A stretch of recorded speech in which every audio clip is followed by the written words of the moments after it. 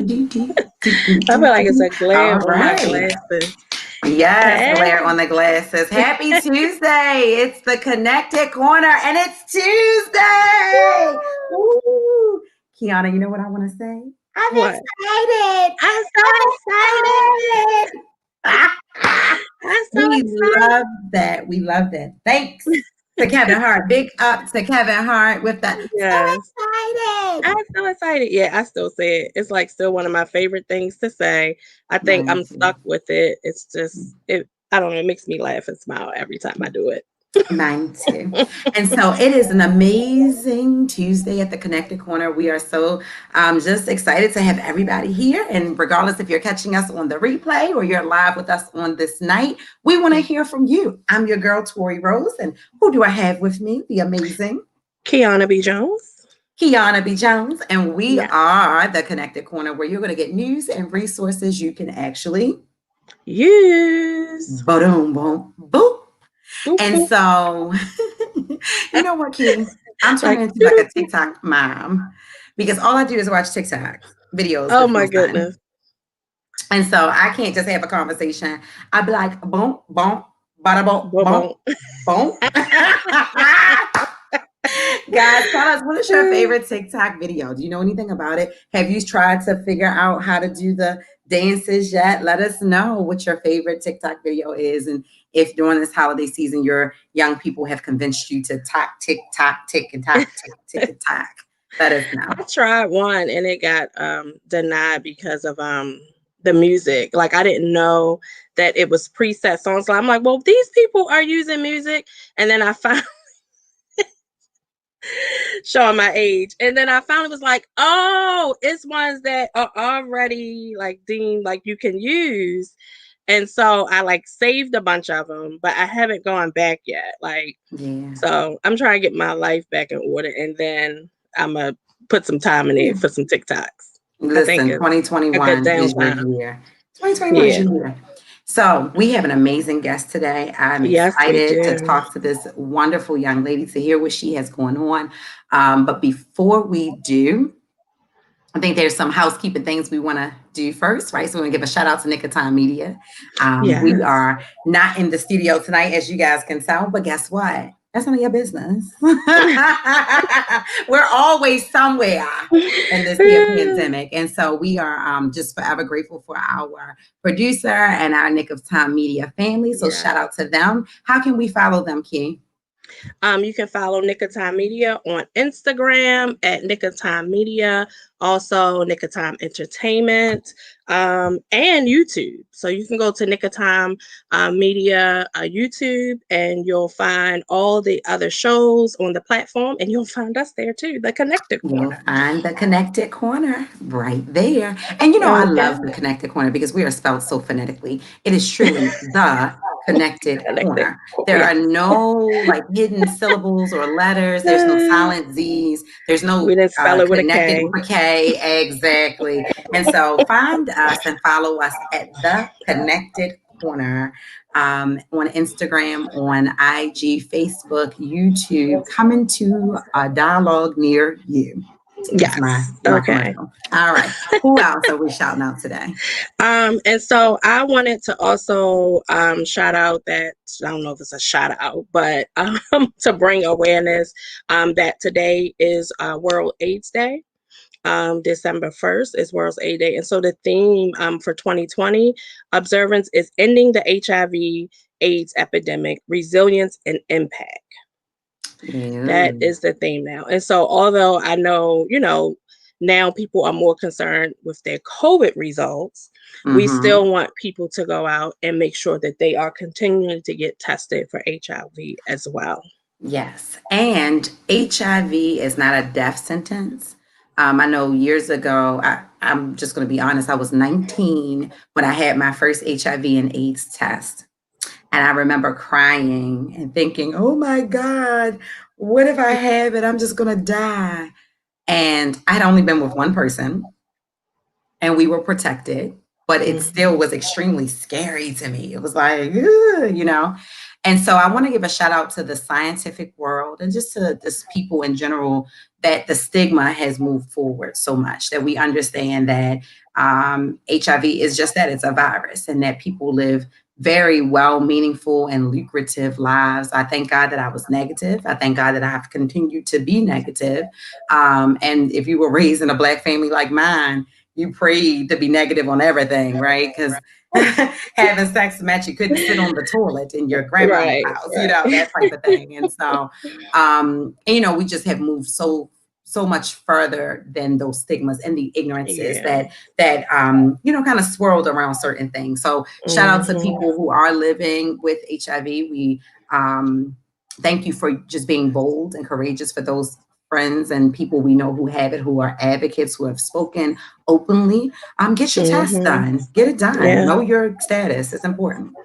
Yes, absolutely important that, we do that. And, again, people are stuck on, COVID testing and such now. But again, we want to make sure that we don't forget about Mhm. that, And other and things make too, like sure get your that, teeth fixed. Can get your yeah, teeth, get right. your everything else checked as well. Take care of your health all around, right? I know we're COVID crazy, but take care of everything. Take care of everything all around. And I know when I go, they say, "What you want? Give me all, the whole, give me all of it." She'd be like, "All of it. I want The all of it. supreme Anything you special. take, yes, give me the special, all the way around." Right? We want to make sure that we are taking care of our health. And so, with that, again, we'll get into making sure we're, talking about bringing up some of our sponsors tonight, those that are part of the, Connected Corner team. We want to also let you know we are not taking calls tonight. So make sure that you comment. We will be able to show your comments, on the screen. And so we'll shout you out, not shout you out, shout. Sorry, I'm from Baltimore. Shout you out, not shoot you out, on the screen with your comments. And so, yeah, so we're not taking calls tonight. So make sure that you comment, let us know, get involved in the discussion. We are sure you will enjoy our topic tonight, where we are talking about digital overload. And so we want to have a conversation about those that are in the teaching and speaking and training business and all these people Mhm. out here. What are you doing now? It's so Right. important that now it's like, oh my goodness, I used to see people in person. Oh my goodness, we had conferences in person. And Yeah. so, it's what do we do now? Is what we're going to Yeah. talk about. And we're going to talk about that with the beautiful and talented Miss But Tony Whitland. before we do, are we going to Go discuss ahead. the elephant in the room or no? Um, maybe at the end. Okay, because we don't I want want to to get cry. through the show. Yeah, I want to get through the Okay, show. I thought about it. I had practice in my head, but we gonna do that at me the end. too. All right. There is an elephant in the room, but we will get through it. Or guess Yeah. what? If you decide we ain't, we ain't. Right. Because right. Okay. All Yeah, right. especially So with the topic. So yeah, we'll get through that, and then we'll discuss that at the end.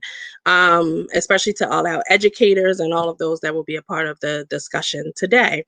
And so we want to bring on the beautiful and talented Miss Tony Woodland, and I'm gonna have to ask her to hey, Hey welcome to girl, the hey, Connected thanks. Corner. Hey, Tiana, how are you? Great. We are so excited. We have just been you. waiting for this day to have you here with us. Been all through your social media, on your Yeah. website. I was like, oh, this is gonna be nice. Mhm. We Well, I'm love that. glad to We be love here with that. you too. Glad to be here. Oh Yes. yeah. So we are so excited to have you. So tell me, I know I've been probably tearing up the name. What is the name of your consulting company? And tell us It is all the good. logic behind the name of your company. Yeah, so it's actually Ed Ally Consulting. So Okay. people chop it all up all the time. Ed Ally. I mean, I hear all types of stuff, but I mean, to be honest with you, in addition to being an educator, I'm also a diversity, equity, and inclusion consultant. And so the Ed Ally just speaks to the fact that with my company, I seek to partner with people and organizations to help bring about more inclusive spaces in their schools or their workplaces. So Ed Awesome. Ally. Awesome.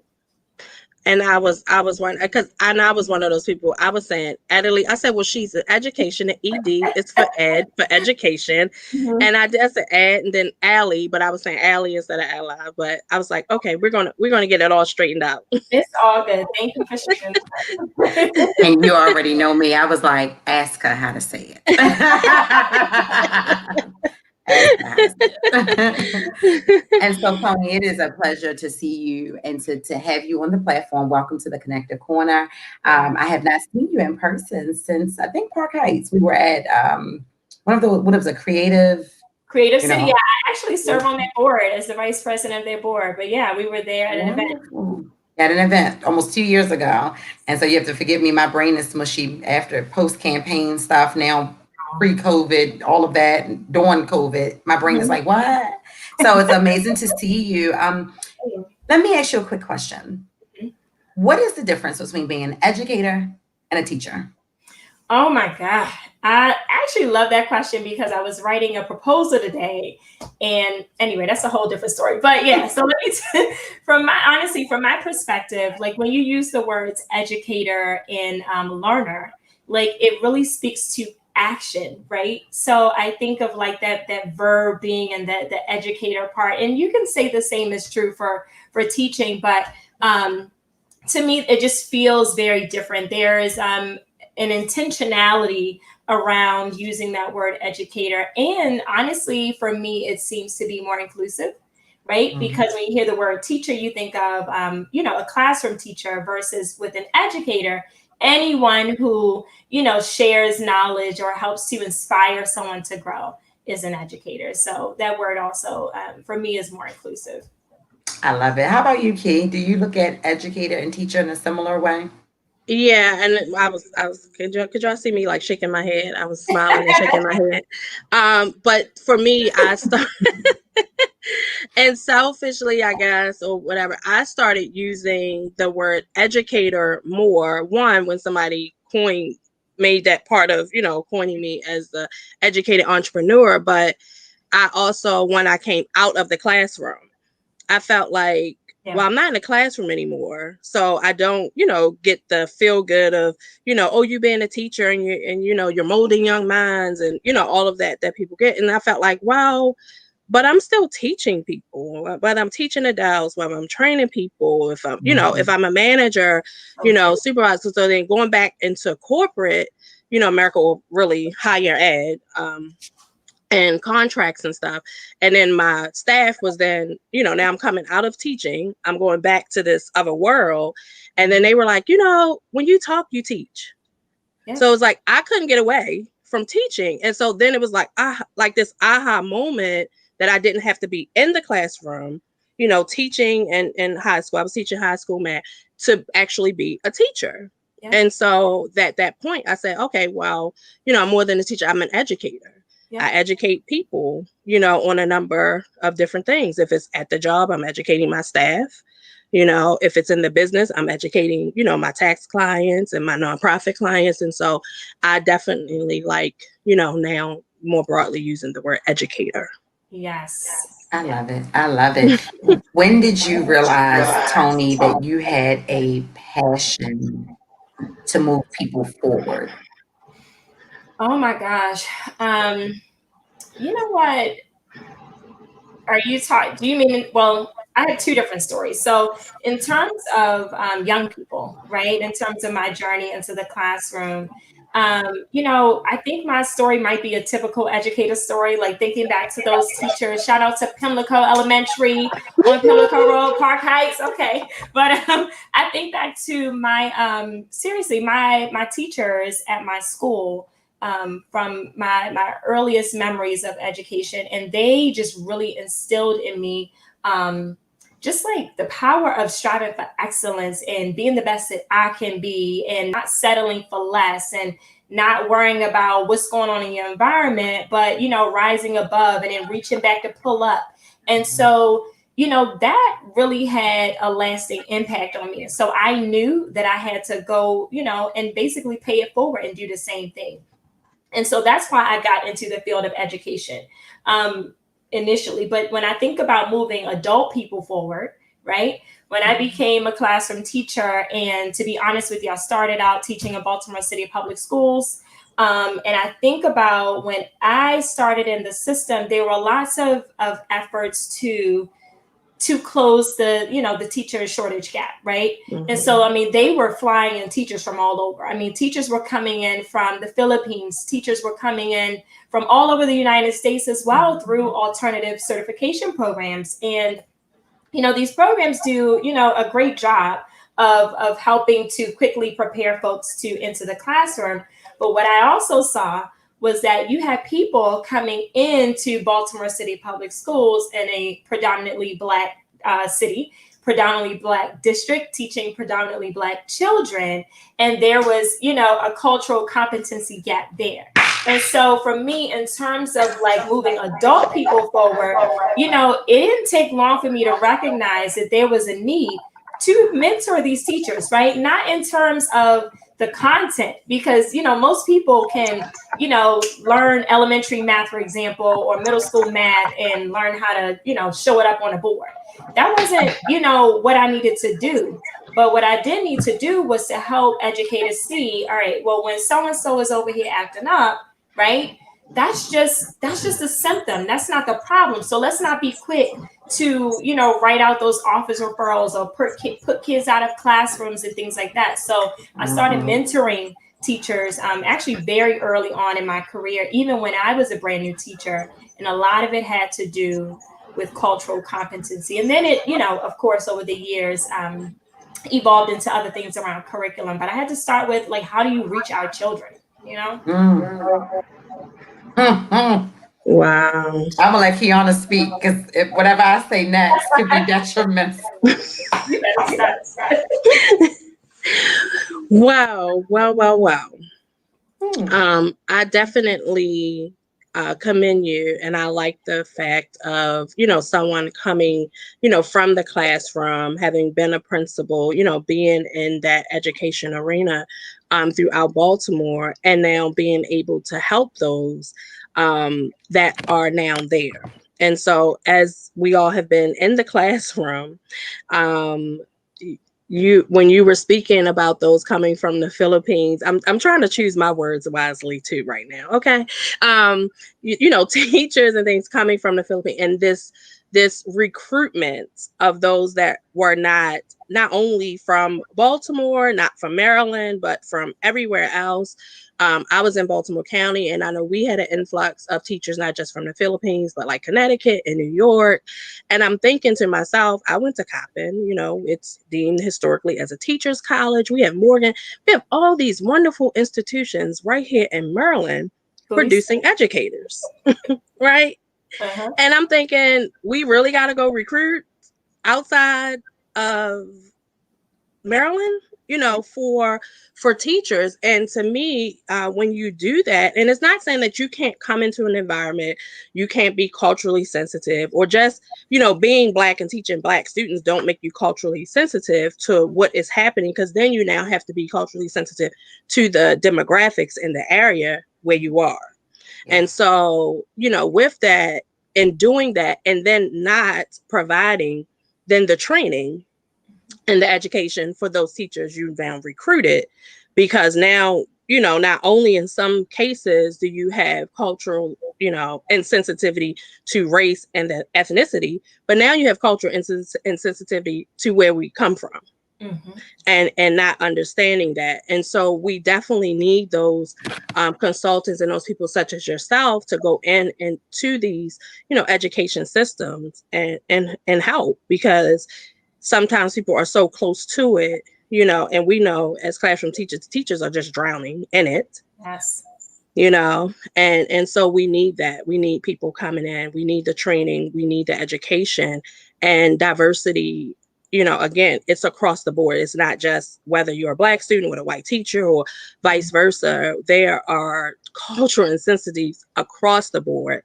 And I know for me in Baltimore County, having an influx in teaching students from everywhere, you got Africa, you have all these different Latino countries, and then our students are insensitive. to those students.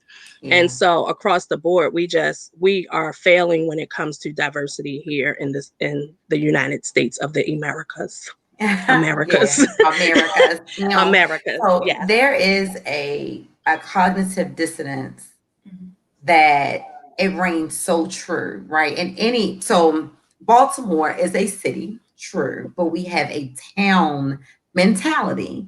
And so for those of us who have traveled, who have gone other places, even if you go to different conferences, they send you out for PDs in different places, you get to see like that siloed thinking. You get to see that just the dissonance is so thick because again, if you're not from Murphy Homes, or if you're not from Latrobe, or if you're not from the village, if you don't understand certain dialogue, if you don't understand certain things, not only are you not received from the students, you oftentimes are not received by the parents. The system isn't set up to support you. I know where I currently work, I find myself at times, really pulling my eyebrows out because I do have teachers on staff who came 15, 16 years ago from the Philippines through those programs. I have African teachers who feel disrespected by the African American students. And then when I start to say things about, we see young people who don't see themselves as Black, they don't see themselves as Black being a derivative of an African anything. You understand that our alliance, when I'm eating at Kim's, eating chicken boxes for lunch, breakfast, lunch, and dinner, I have more of a love and respect for maybe the Asian population culture.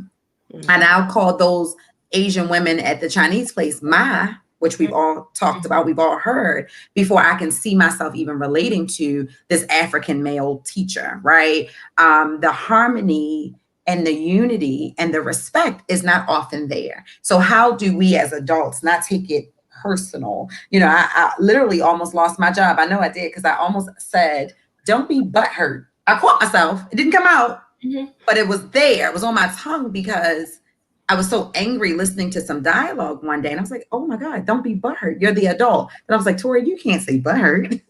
Not the military. That's like the federal government. You can't say that, But honest to God, understanding that we have a level of expectation from adults. We expect emotional intelligence. We expect there to be a level of just empathy when it comes down to the developmental needs of our children, especially in impoverished communities, especially dealing with trauma, especially in Black and brown communities, that it isn't there.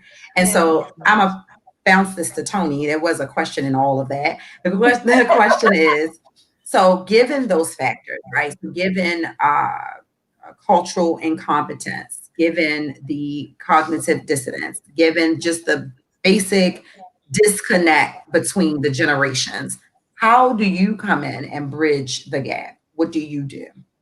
No, that's an excellent question. And actually, while you were talking, I was thinking about the adult that you referenced in your anecdote, and I was thinking about the kids. I was thinking about everybody, the entire community, right? And so, from my perspective, like what I offer is I can go in and provide some, instructional coaching and curriculum writing support. Because here's why I say that. At the end of the day, right, when you think about those students who are really not connecting to teachers from other cultures, it's because of a lot of reasons, right? But let's take your story, thinking about this African teacher who I'm going to assume, just for lack of knowledge, that this person identifies as Black, right? So take this African teacher who identifies as Black, having this negative interaction with students who also identify as Black, right? But when you think about the fact that there is this pervasive anti-Blackness, right, that permeates throughout everything that we breathe and consume from the time we are babies. So from things that we've seen on television as babies, from the representation in toy stores when we're walking with our caregivers, our parents, or whatever, to the protagonists in books that are offered for us to read in our libraries and our class libraries, to the types of word problems that are put on the board in math, right? So when you think about all that, right, there's this really pervasive anti-Blackness that, is really an undercurrent in the both visible and hidden curriculum. It's an undercurrent in the curriculum that's written out as far as like standards and what you're going to teach, but it's also an undercurrent in the hidden curriculum, which would include things like disciplinary procedures and how do you move through these hallways as a student in this school. And so the reason why I say that is because, you have these students and, there's a lot of I don't even know who I am and whether I love myself enough. And so to identify with you, it's going to take me, a lot longer. It's going to take some extra oomph, up, and that's my made up word, by the way. But, it's going to take something extra. And so you're right. I've seen that as well. So what I would come in and do is help coach the teachers and support the teachers in their social and emotional learning, that aspect of the curriculum. See, well, what are some ways, even in your math classroom, even in your social studies classroom, how can we turn this into a community, right? So let's go beyond classrooms and let's build communities. So that way a student can see themselves in you. You can see yourself. And so that way we can start to bridge some gaps. How do we have dialogues about, ways that we are going to connect with one another, ways that we're going to show respect in this class community?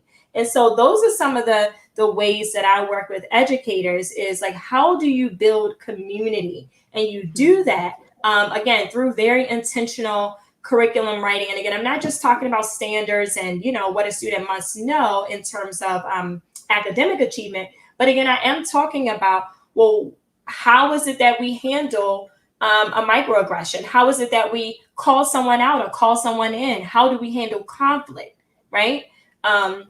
And then you'll start to see a more positive community being shaped. And then maybe help that teacher that you reference, help that person see, well, maybe that's also a teachable moment, right? So let's go ahead and try to find a way to also, bridge the gap.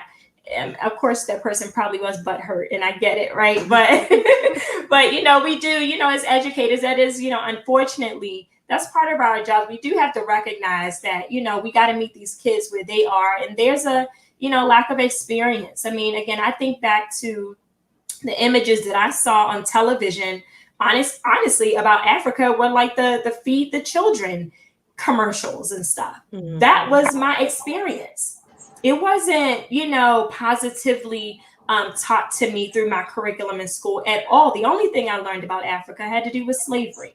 And the other images, you're exactly right. You get what I'm saying? And all the other images came from, impoverished nations in Africa. We know there's lots of communities in Africa that are thriving and doing very, very well, right? Yeah. So I had a lady, I won't call her out. She's still a sweet, dear auntie to me. But when I went to Samuel F.B. Morse, and I lived on Payson Street, and she used to walk us down to school.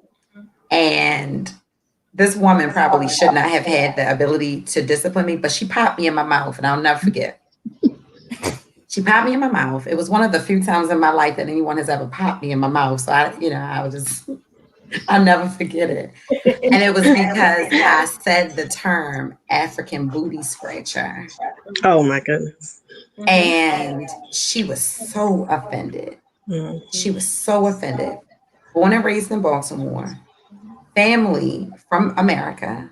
She was an African-American woman. She had the understanding of our heritage and our lineage. If I'm in the 3rd or 4th grade, it's probably 92, 93. And I remember she popped me in the mouth, guys. I just need y'all to understand. I'm visual, so I'm visualizing you getting popped in the mouth. I can see it happening right now. You can see my pigtails fly back. You can see it turn red, angry. Like in shock. Yeah. In shock. But what she did the next day, it changed my life. The next morning on the way to school, she had a book. One was about Mansa Musa, and one was about there's a book. God, I can see the front of I want to think it's called The Trade, but I can see the little boy. It was a little boy on the cover, and he's in an African attire, and he is running, and it's like all of this greenery, and it's the story of him being stolen from his people and how he came through the British, armies. He was in England, all this stuff, and how he eventually landed in America, and how the American government fought to get him back to Africa. This was third grade. And so now think, forward. I'm only 21, but let's press forward. I went on to go to Bowie State University, get a degree in history and government political science my initial minor was going to be in Spanish, but then I switched to African studies, right?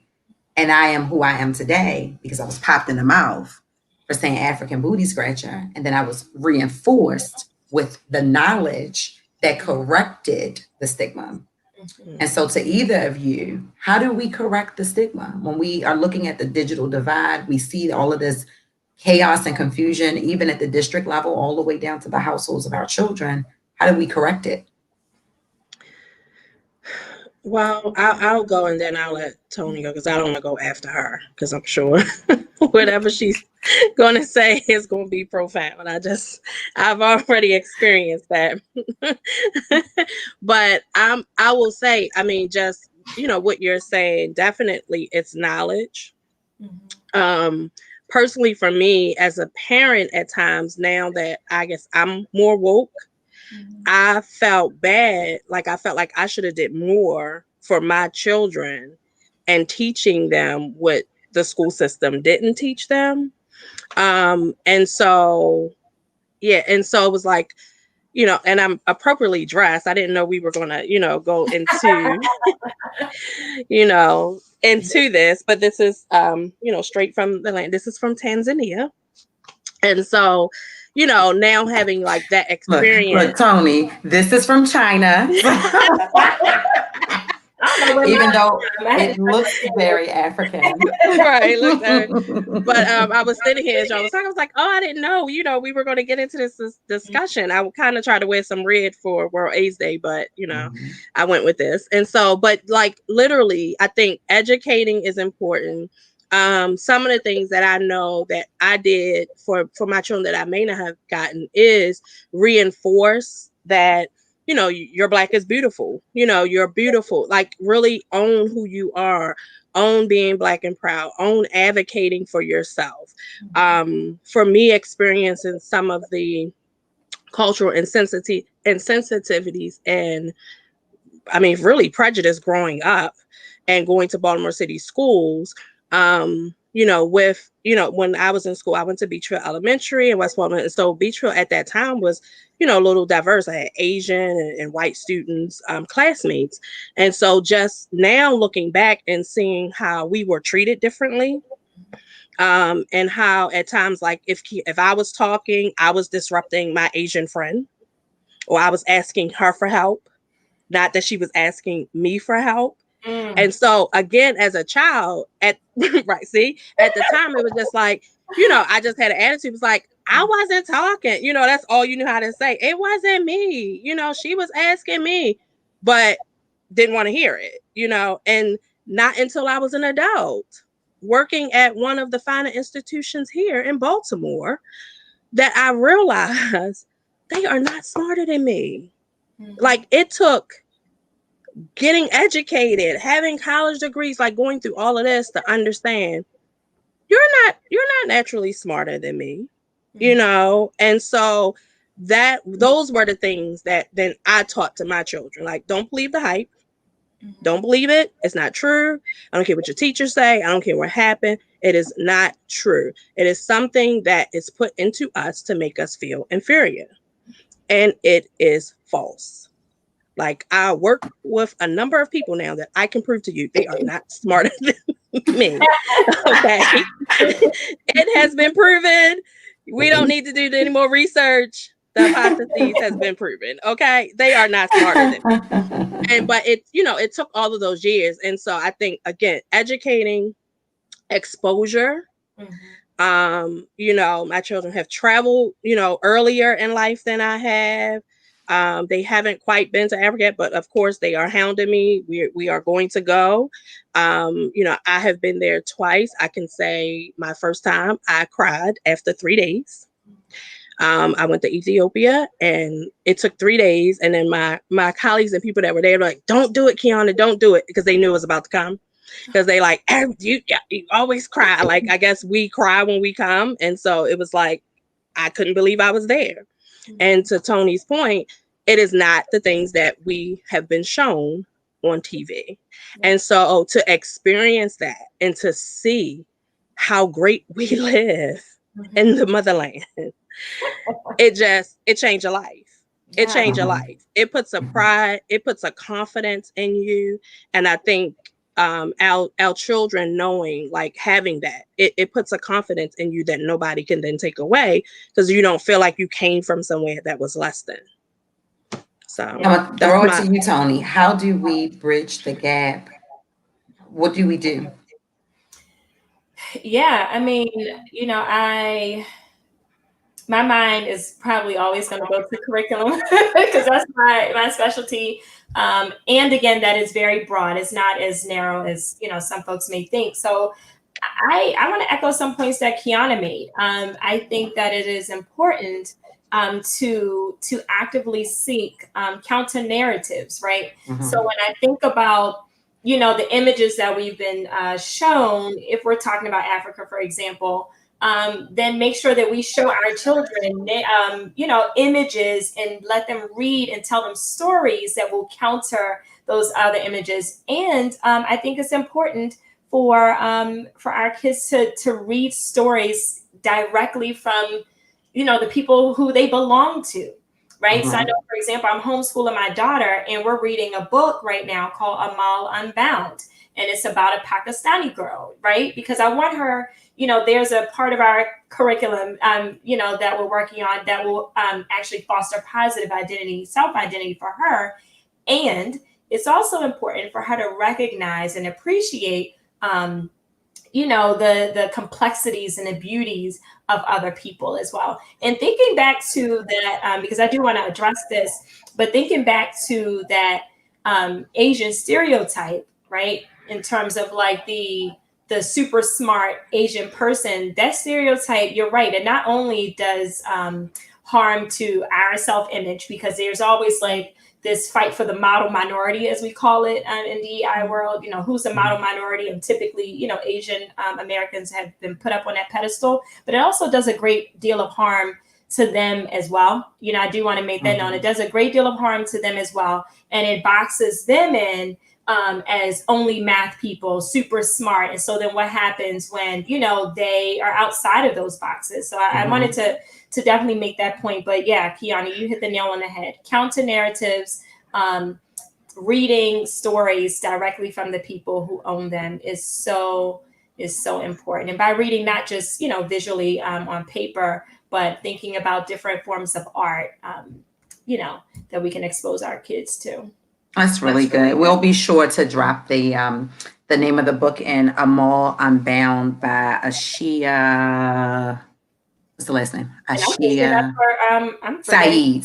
Yes. Saeed. Yep. And so that is definitely important. And it's funny because I often am intrigued. I get a lot of my cultural references and my multicultural reminders from my white sisters. And so I belong to a number of progressive organizations, progressive movements, environmentalist groups, and we'll all sit around and they'll say, "Oh, Tori, you haven't read this?" And they're looking at me like I'm just supposed to be, it's like, well, you should be doing better. And I'm like, yeah, you're right. But I'm trying to just make it, every day. Black woman struggle. I wake up with 10 struggles. I'm just trying to wake up. That's half the battle. They said, when I get up, Satan himself is like, ooh, child.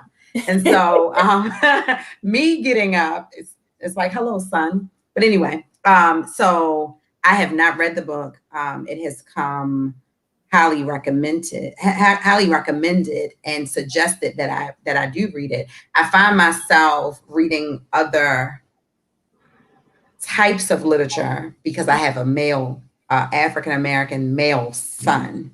I wonder what my life would be like if I had a daughter or if I had both. And so I find myself reading more about like multiculturalism and racism and, the injustices and things like that. And then having those dialogues with my son. And so do you just only have, not just only, but I only have one child as well. Do you only have your daughter? No, I actually have two. I have a son as well. Wow. Yeah, Can I he's borrow your daughter sometimes? girl. She right upstairs. I'll send her over. Kiana has three. She has two boys and a girl. And even in that, understanding that we have gotten away from looking at our children as our lineage and our legacy. I think too frequently culturally we look at them as now like a burden. It's like, oh, it's $180,000 to raise you, so let me only have one. Versus understanding that it is still needed for us to populate the world. And so, guys, this is the Connected Corner. We want to hear from you. We want to make sure that you tell us your thoughts and your comments. Also, find us on YouTube and smash the subscribe button. I like saying that. Go ahead, Kate. Smash it, push it, Smash it. Subscribe. subscribe. At the Connected Corner, there is something I was looking through my notes to see if I could find that was actually about culturalism. It was something that popped up the other day. I was in a grant discussion for Maryland Arts and Education. And it's funny because I just got off the phone with you, Key, and I got the alert that I had signed up for this discussion. And Kiana is on the board with Wide Ankle Youth Media. And, she is normally like my go-to when I'm looking for culturally relevant, artistic, and creative outlets, especially outside of school time for my kiddos. And I'm trying to see if I can find this thing because it kind of brought me to this. It's the diverse challenges of multiculturalism. And while I don't have time, we only have a few more minutes to kind of go through all of this. It was talking about the senior image of elder Asian women and elder Asians, and that historically we have been taught that Asian cultures revere their seniors and their elders in a way that is completely different than how we do as Blacks and African Americans.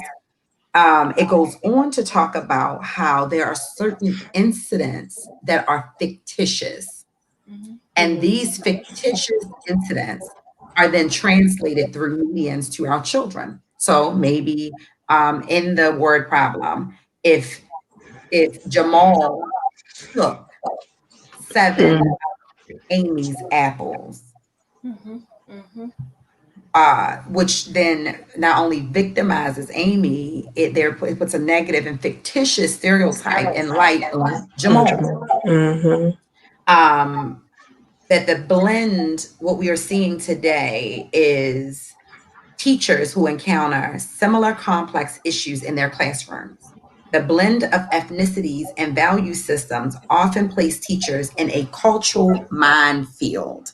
And so I wanted to talk a little bit about that. I actually copied and put that in my notes. Cultural minefield. Do you find yourself at times being bound? You're in the world of diversity and inclusion. Do you feel like, if I go here, I'm going to explode if I say the wrong thing? If I go here, I'm going to blow up if I say the wrong thing. My battleship is going to be sink if I say the wrong thing, use the wrong pronoun. You know what? Honestly, I mean, obviously I'm human, so and I'm a compassionate human, and so I'm always thinking about how I'm landing on someone, right? Whether I'm working with someone one-on-one or facilitating a training for hundreds of folks online, right? Because that's been my world these days. But one thing that I do and I model, because in doing DEI work, what I have to model is vulnerability. What I have to model is, the fact that we're all human, we're going to make mistakes, right? And so what I do in my work is I try to create the space for everyone to, again, be vulnerable and just share from the I experience. All I can do, even when I'm facilitating, is share from my perspective and from my experience. One of my norms is speak from the I perspective, right? So from Tony's perspective, all I have is all the stuff that I've gone through, all the stuff that I've seen, all the stuff that I've learned through my Black woman, cisgender, heterosexual, Christian, mother, wife, sister lens, right? And the list can go on and on. So I bring that up to say, there have been plenty of times that I've said the wrong thing, plenty of times, right? But the good thing is, in terms of being a skilled facilitator, is that, I actually model what it looks like to show folks that you're not only accepting of feedback, but I welcome it. Like, please give me feedback. Like, I'm on a journey. Please let me know if I've said something to offend you. Please, make it a teachable moment with me. But yeah, I've said plenty of things, but to walk around like I'm in a minefield, I don't, but that's because I've been doing the work for a long time. And I know that I will say something or do something that will obviously upset tons of people.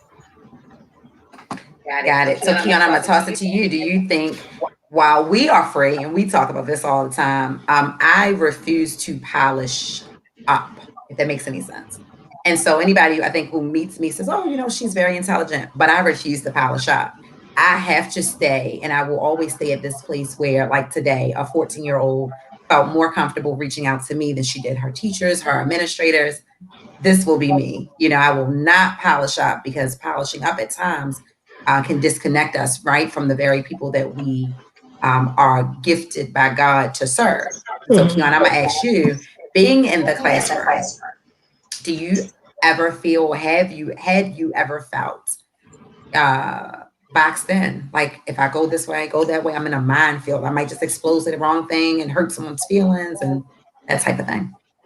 I have felt that. I have felt boxed in, not just in the classroom, even outside the class, having experience in teaching education in the classroom and working in predominantly white environments, sometimes being the only woman, and sometimes being the only Black woman, sometimes being the only Black person. And so definitely I have experienced that across the board.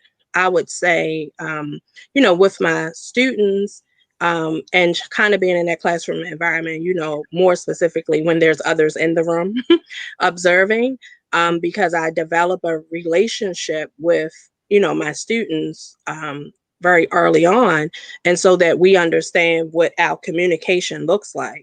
I am that teacher. I have cried in front of my classes because I was so angry at times at what they were not trying to get. And so although I taught math, sometimes we had to learn life before I could get to the lessons, because they were not going to understand why they needed to pay attention and learn algebra or geometry, or whatever topic or whatever things we were doing. And so sometimes I would stop, like, okay, this is what we're doing.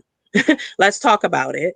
And I've probably have gone across the line with things that I have said, but I felt that it was completely necessary because, one, it got their attention, and two, because we had already set a culture that they understood I cared about them. And so that was important because, it's times where I had students come to me and say, oh, so-and-so gets too smart. And I said, well, I get smart too. And they would say, oh, it's different though with you. And, and so I had a sense of sarcasm and things like that I would say and I would do, but it was how I talked to my own children. It was how I got their attention. And so being in that classroom, you are now my child, and I'm not going to give you any less than I give my own children at home. And, it helped sometimes when your children were popular and people knew them. I've had to use that a couple of times when I first transitioned from the federal government and back into the world of education. My teaching assignment was in a Baltimore County high school. And I'll never forget having to kind of say, you don't know who my nieces and nephews are? And I had to pull on Kiana's children. And so with that being the case, though, I think that it speaks volumes to certain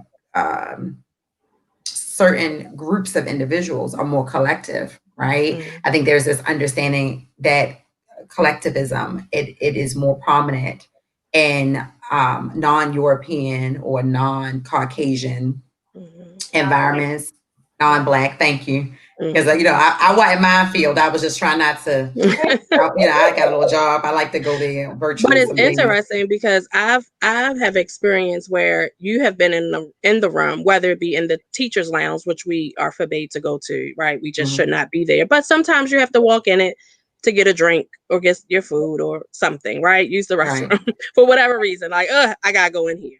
And Mhm. sometimes you are privy to conversations that are Mhm. in those lounges. Mhm. In the higher ed or corporate or office world, it's the water cooler or outside Mhm. somebody's cubicle or office. And so I found in both environments where I know that there are things that my non-Black counterparts want to say, and they are not saying it because I'm standing there. Oh Where yeah. they're struggling through the conversation that would have been much easier to have had I not been standing there.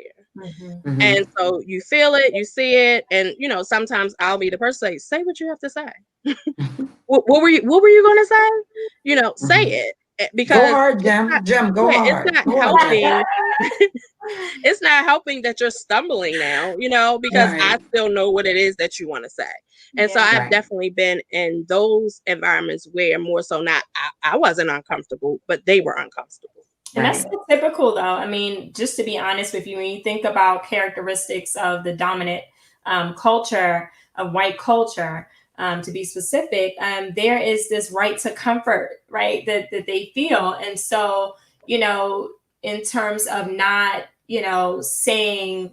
not speaking on the elephant in the room, not, saying what needs to be said, there's this culture of comfort, this culture of nice, that, yeah, you definitely see, right? And like you said, I hate the culture of nice. yeah, the culture of nice, I mean, because, well, there's a whole lot of reasons. And that's honestly, that's where my work comes in, is to show people like how to actually have conversations. Like, yeah, I'm going to work with you, but even beyond that, how do you normalize, sharing? How do you normalize having courageous conversations? And Mhm. because that's how we stay in relationship. And we've got to teach our students how to do that. At the end of the day, that's a whole different podcast, but I believe that our students also don't know how to do that. Yes. You think about that being, some deem that a soft skill. I don't deem that a soft skill. That's a life skill. And so, where are the places in our curriculum? Where are the places in our lessons, in our literacy blocks or math blocks that we actually build in being in communication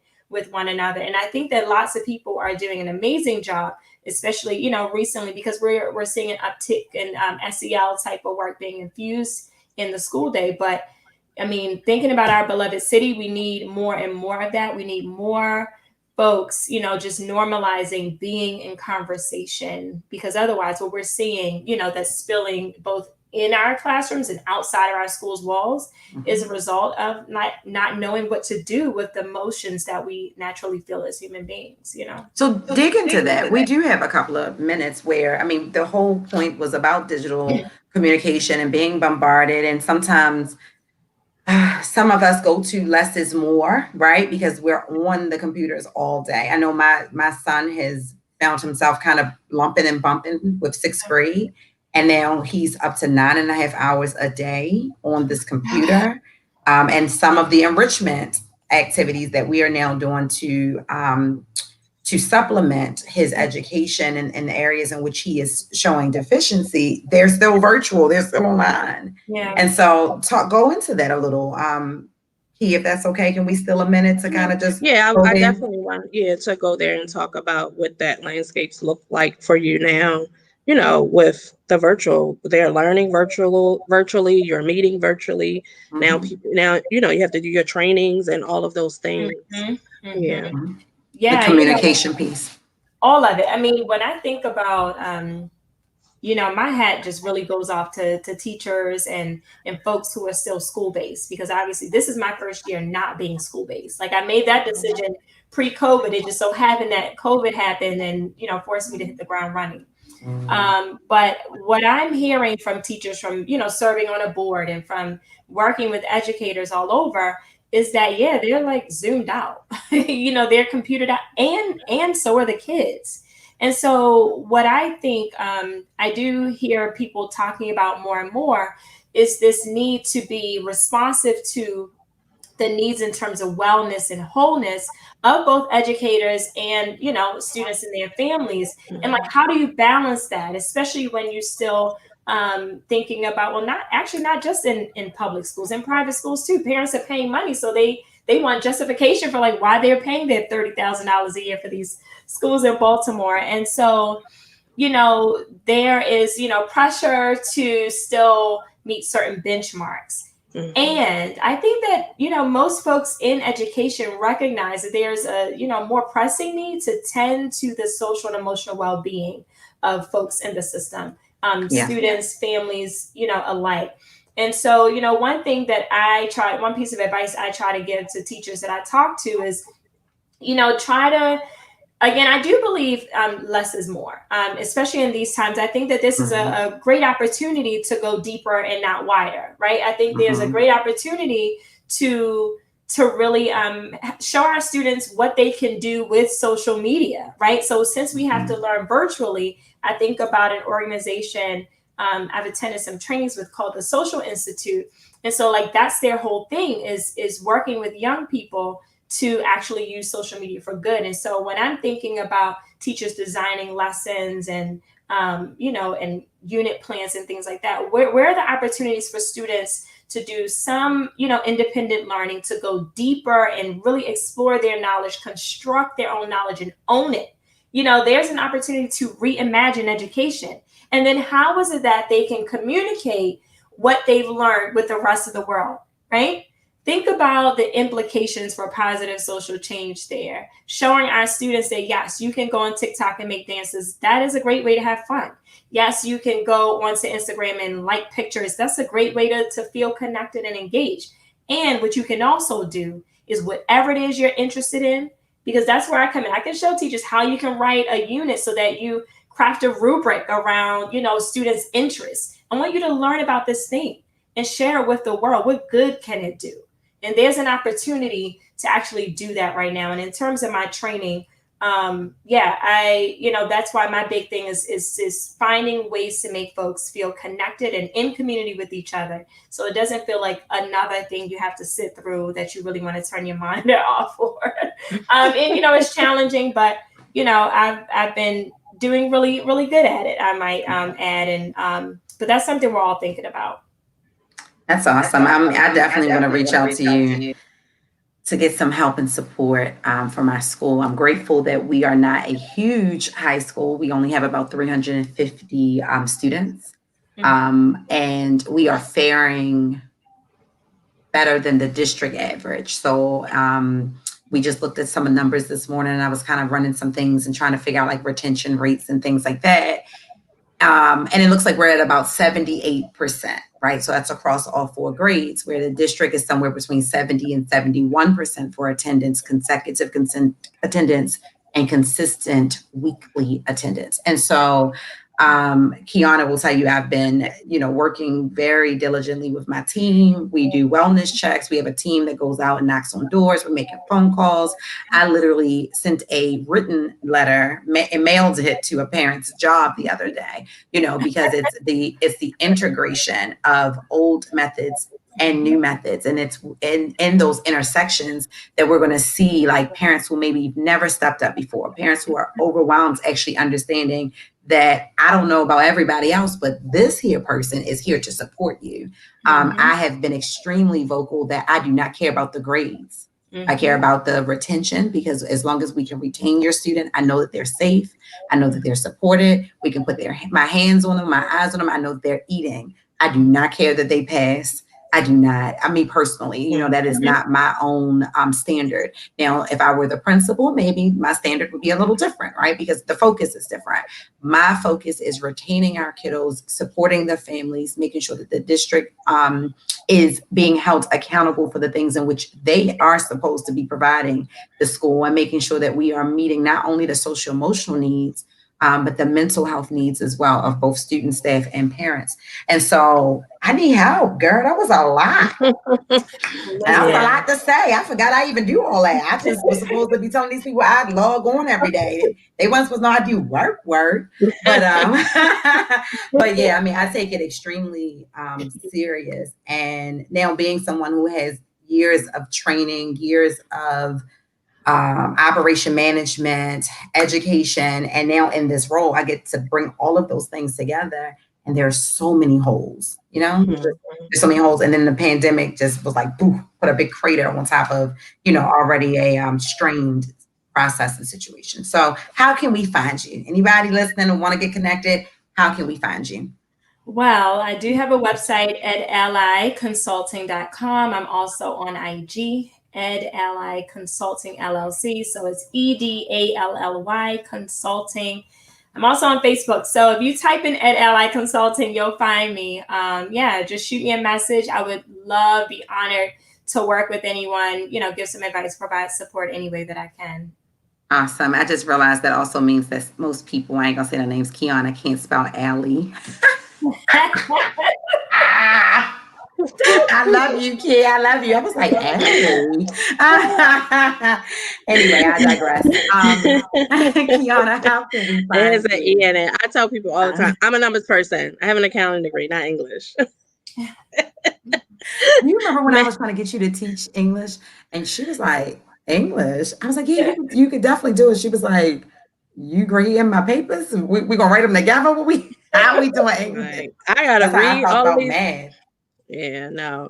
Just send me something real brief, your resume, a report, a paper, something like that I could do. But you talk about 100 students, I see how tired English teachers look. Yeah. From reading papers. That is not something I want to do. I want to have key A, B, C, 2, 3, 4. Nope, done. Graded. 10. I'm done in an hour. Listen, Tony, I would be so excited. I would have, because I was, I teach American government, right? So I would have my ninth graders, like we're charting what a successful ninth grade looks like. So you can take the HSA in 10th grade and all of this stuff. And I would be just so excited. I would have all my papers and my books and my reference guides. And she would say, what the heck? What is that? She said, where's your exit ticket? And I would pull up this big old stack right here. She like, oh, this can't be life. This can't. She's like, this is not summative. Some, miss, some. Right. Where is the sum? My exit ticket looks like this. Listen, I know that's right. I could do half sheets, cut them in half. They be like, well, exit ticket, Joe, right there, the little half a sheet of paper. One problem. Because she's trying to make sure you understand the basic. Can you approach the problem? It's the approach. It's the mathematic and theoretical approach to the problem. You can't do just 5 problems for your exit ticket. Who doing it? That's a test. That's not a. You're doing a quiz. I used to be like, kid, you don't understand. There will be no bridge students. Girl, I was on a mission to make sure I had 126 freshmen, and I was determined them babies would not be in bridge their senior year. You hear me? No, that was just too much. I was like, yeah, I can't even help you condense this. I don't know. That's just never was. I don't even know how to condense this.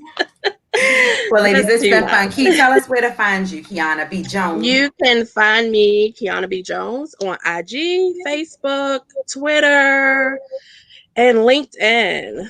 I'm on LinkedIn as well. I need to do more with it, but I've been getting some more hits and stuff. But yeah, definitely find me all across the social medias at Kiana B. Jones. I need to do better because I'm Tori Rose and Tori Rose the Connector. And if they go to Tori Rose, honestly, you can find me. My son, Josh pointed out last year that I was Googleable. So Google me. Anything positive is me. Anything not positive, it ain't me. So I'm Tori Rose. Follow me on social media, Facebook and Instagram. Also, I do have an alternative Facebook page, which is Tori Rose Alt page. So that is really me. Thank you for the 2 people who sent me a message this morning and said, you're being cloned. That's really my page. So thank you guys. This has been an amazing day.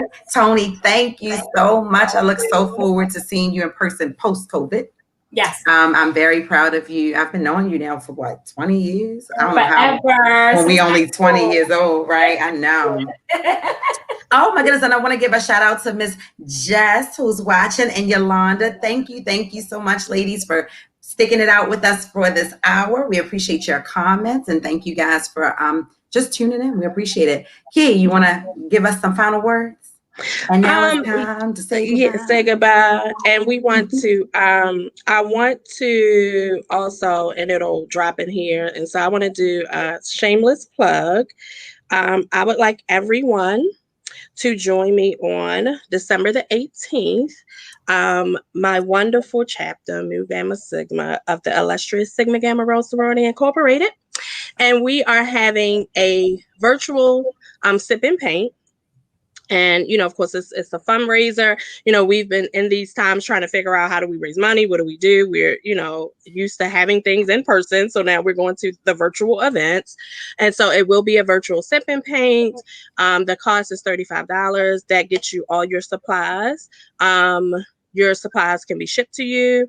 The link and all of that will be dropped in right now.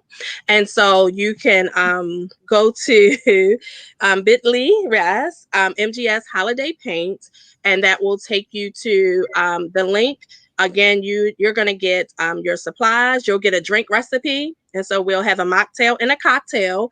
So you'll get a drink recipe. So you could be all ready to sip while you paint. We'll have music. And we're going to have an ugly sweater contest. Who does right? Contests, fun, and prizes that you don't want to miss. And so you can go to Mu Gamma Sigma, Sigma Gamma Rho website. You can go on my website. I've dropped the link in. Go and get your tickets, and you can say you heard about it from me.